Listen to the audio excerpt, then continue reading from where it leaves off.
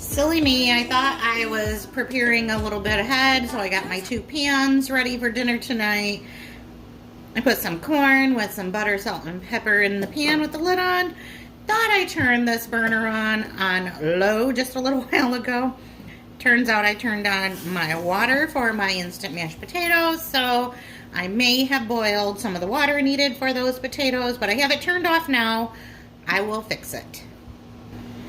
I have my jumbo size frying pan warmed up here with some avocado oil, and I'm just placing some cube steak in that oil. We're gonna get those cooked up. We're not doing any breading on these. We're actually just going to make a gravy to go with it.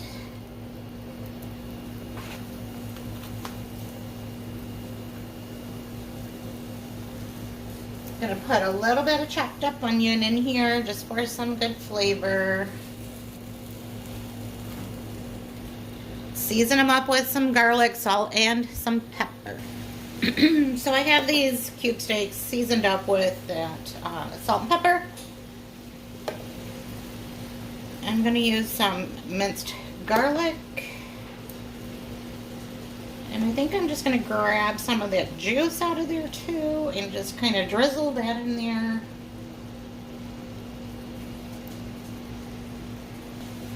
And I have a bunch of like odds and ends onion pieces. It's just kind of the leftovers, remnants of other meals. And whenever there's leftover onions, I've just been kind of tossing them into this storage bag, so we're just going to empty that in here today and get those used up.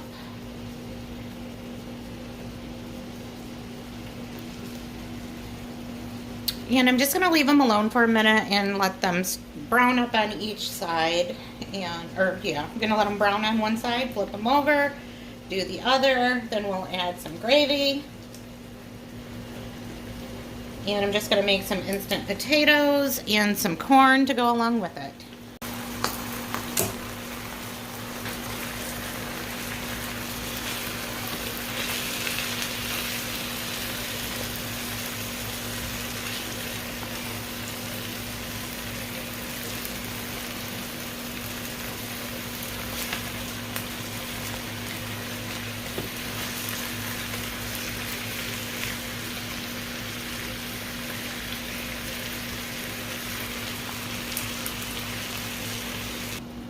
Okay, I've given them a flip and I've given them a few minutes to kind of cook mostly through. They're not all the way there yet, and that's fine because they're going to finish up cooking and getting more tender in the gravy. So we're just going to stack our meat pieces up here.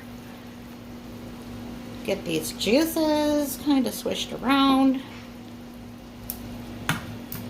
I'm taking one brown gravy packet and pouring that in.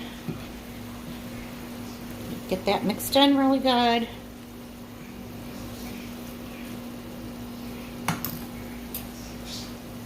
And then next I'm adding 2 cans of cream of mushroom soup.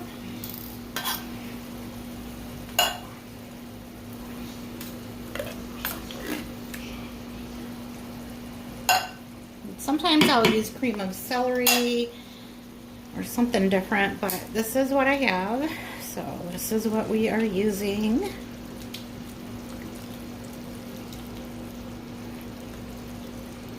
And I'm just gonna put the meat back in there, kind of get it buried in while I'm working it into the meat drippings and that gravy packet, kind of get those lumps worked in. And I'm not going to worry too much about those lumps because they always, and I mean always, kind of work themselves out in this dish. I've made this so many times. It always turns out the same, no matter what. You can be really messy with it. It doesn't have to be pretty to start off with. It's going to end up nice and smooth. And normally I just kind of add some beef broth as well, but I don't have any, so I didn't want to make any either, so I'm just going to use a little bit of milk. But see what I mean, how it's just kind of mixing in with that gravy.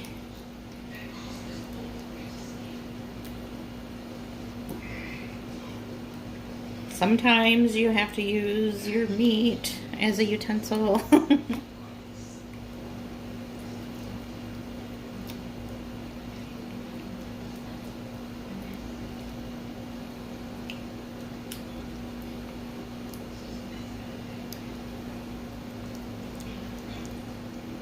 Whatever works.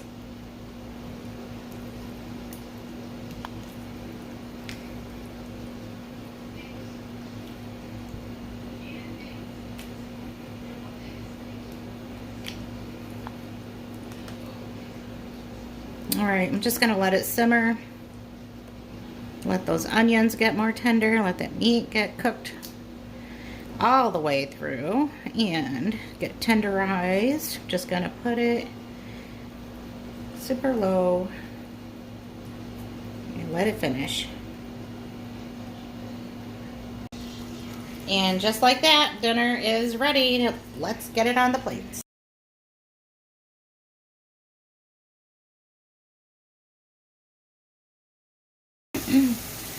I'm browning up about 3/4 of a roll of Jimmy Dean sausage.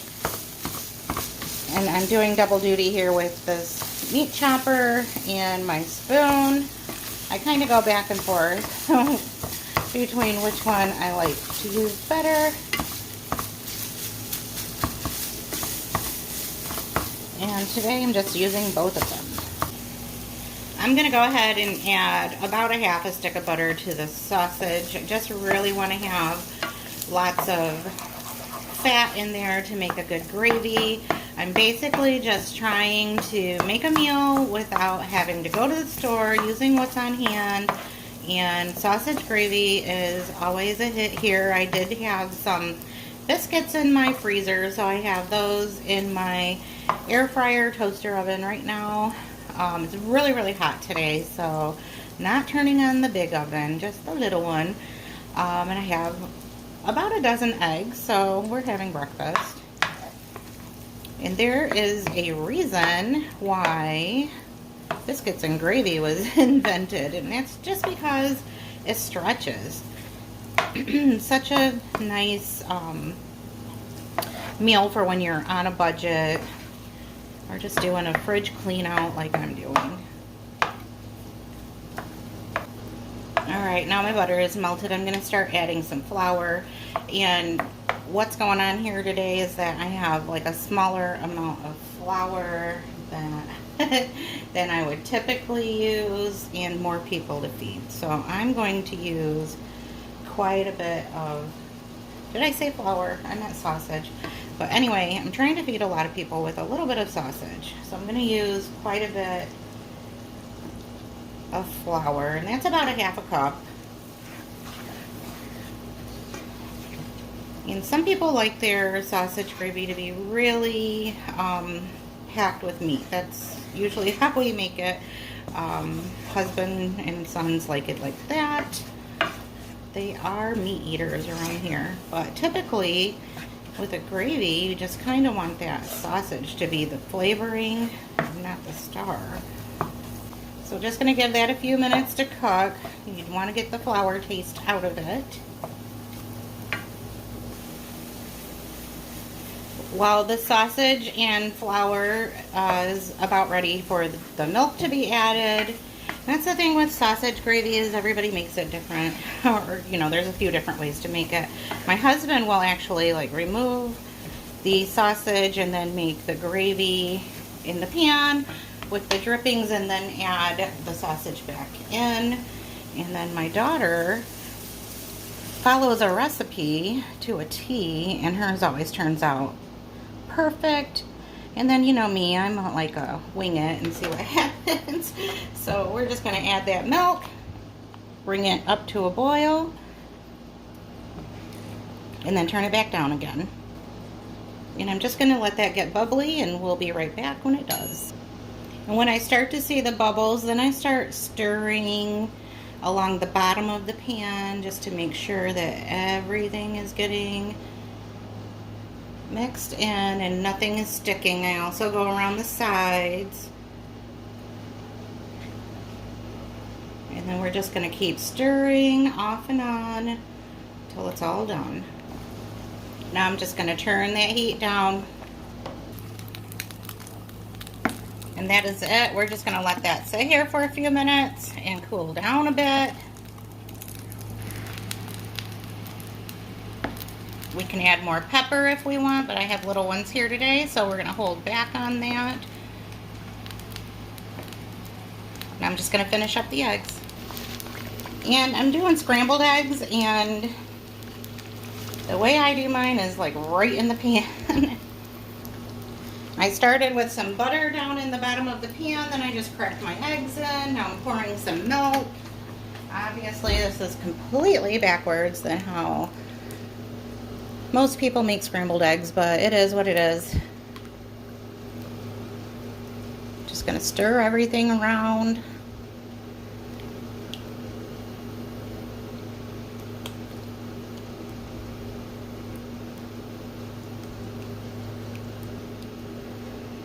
Just make sure that we're getting our yolks broken up.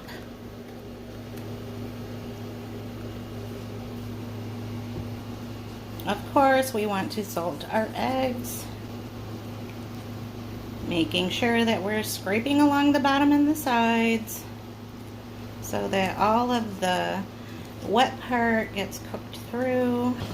And the biscuits are coming out of the oven, so we're going to set those right back there.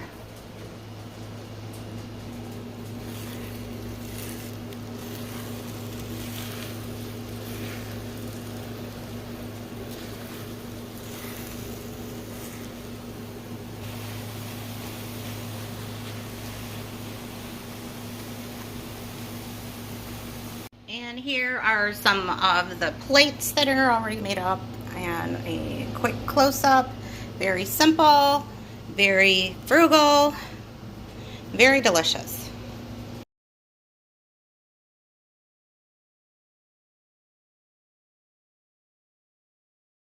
Crock-pot liner is a must today, and I am just getting some stew meat started.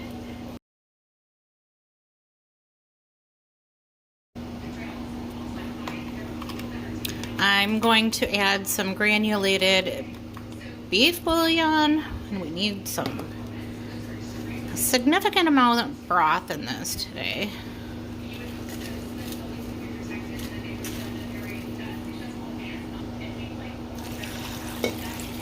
A quart of water. My shortcut when I don't want to cut onions.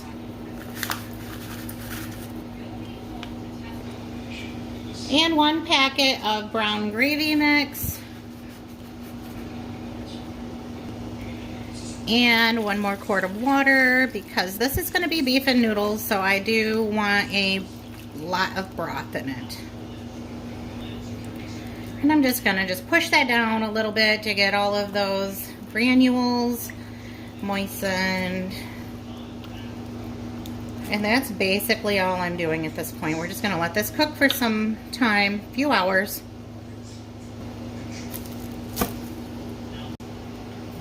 Time to check and see what's happening inside the crock pot.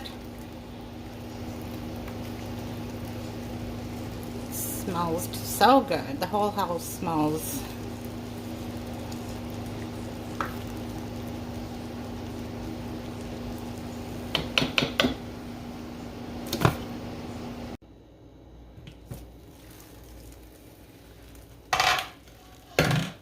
I've been saying that I want to make sure that I have a good amount of broth in the pot, and that is because now I'm going to add a package of uncooked egg noodles. And then make sure that they are all submerged into that broth. And I still have my crock pot turned up on high. But I'm going to put the lid back on and let those noodles have a chance to cook.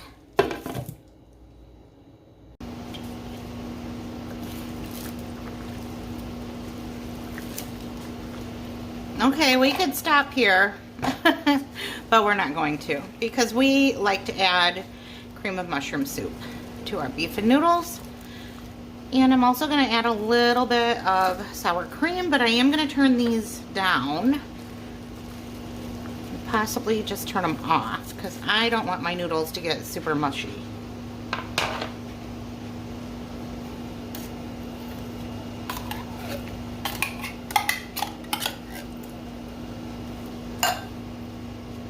And this is one way that I get some mushrooms into my beef and noodles, because if I were to just add big chunks of mushroom, then my kids won't eat it. So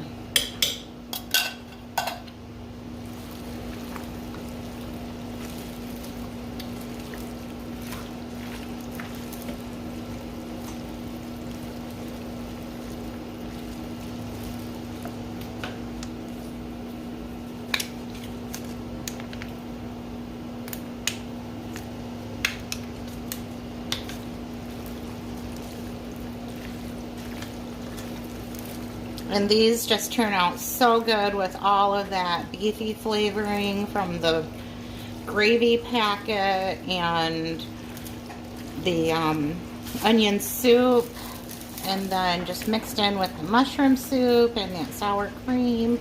Just get loads of flavor.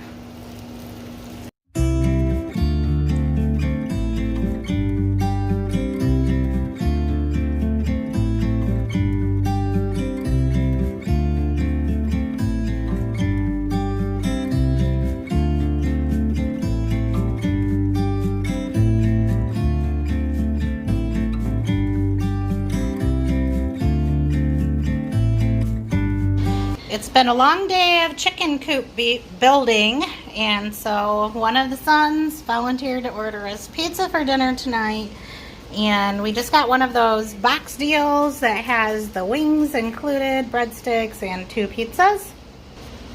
And yeah, it was also grocery day today, and some of it I still need to put away, and obviously I have some healthy options, but I'm not one to turn down pizza, so here's my plate for dinner tonight.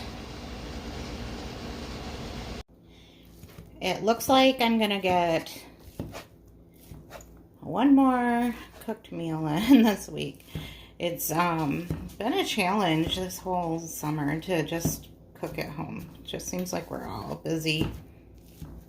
We're all on different schedules. Kids are all old enough to DoorDash, so sometimes they've already eaten by the time I get home from work, so what's the point? A lot of times we do meals at home. It's just random stuff like ramen, just whatever is convenient. Everybody seems to be coming and going, but we're gonna get one more in this week. And I'm gonna just start by getting this hamburger meat cooked up.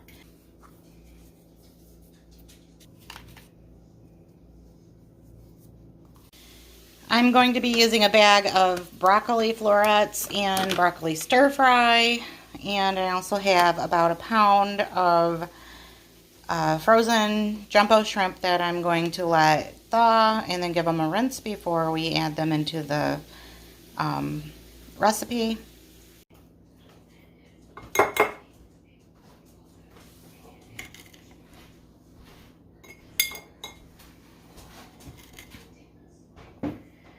Normally I would do 3 tablespoons of brown sugar, but I'm going to double it, so I'm putting a whole 6 tablespoons of brown sugar in this empty mason jar. Next I'm adding a couple healthy spoonfuls of minced garlic.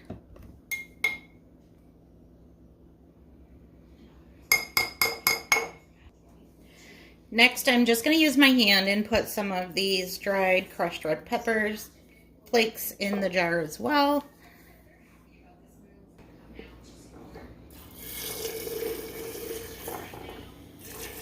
Next I'm adding some red wine vinegar. Now some ketchup, some soy sauce, and I'm just going to fill the rest of the jar with water. Now I'm just going to give it a stir, get all that sugar from the bottom and that thick ketchup Blend it in really good. In my mini rice cooker, I've got a cup of rice getting ready. I'm getting another pan warmed up. I'm just going to add some avocado oil. I'm gonna get some celery and onion started. These that I'm using, the others are frozen, so I'm gonna give them a little bit of a head start. I removed half of the ground beef, and now I'm just adding half of this bag of the stir-fry vegetables. I'm so tongue-tied today. Next, I'm adding half of the bag of broccoli as well.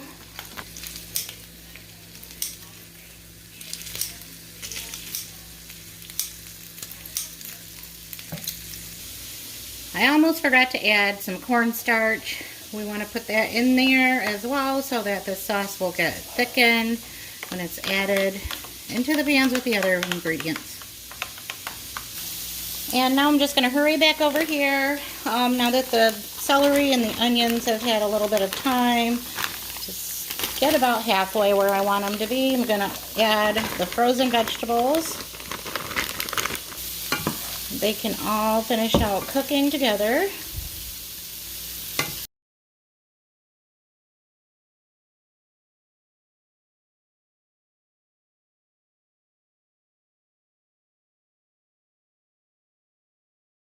In the other pan with the beef, I'm going to pour the remaining sauce in there.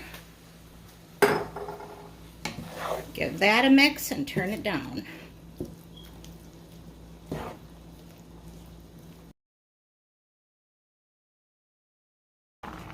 Is it done yet?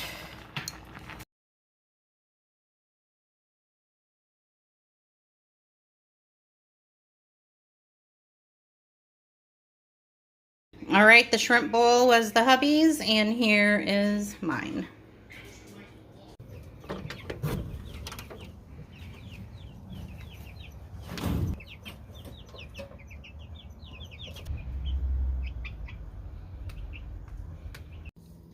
While I'm out here with the chickies, I just wanted to take a minute to show you a little bit of this year's garden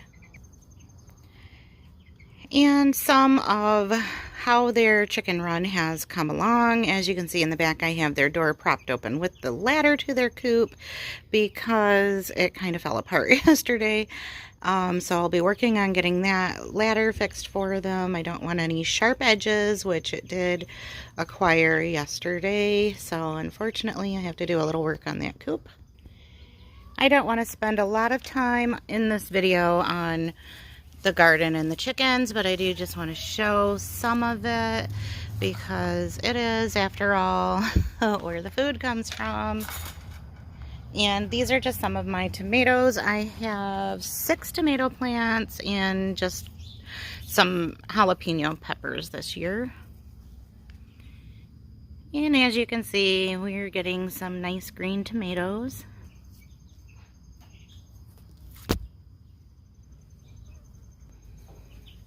And let's see, I know there's a couple on here too. Yep, hiding right in there. And yesterday I picked up this hanging basket for $3 at Menards.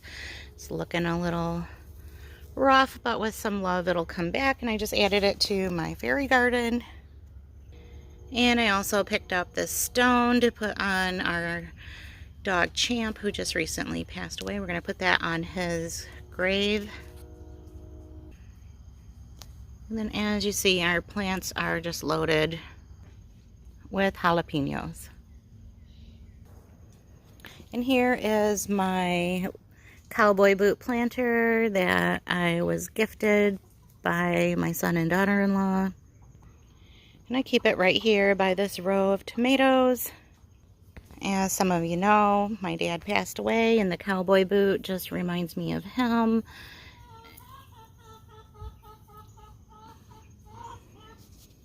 So whenever I'm out tending to the tomatoes, I just have that feeling that he is with me. And that's a quick look at my little garden. It's just big enough to give me something to do, but not so big that it's hard to keep up with. But yeah, that's it for this week. The neighbors are waking up and starting to fire up the lawnmowers, so I'll take this time to say goodbye. See you next week.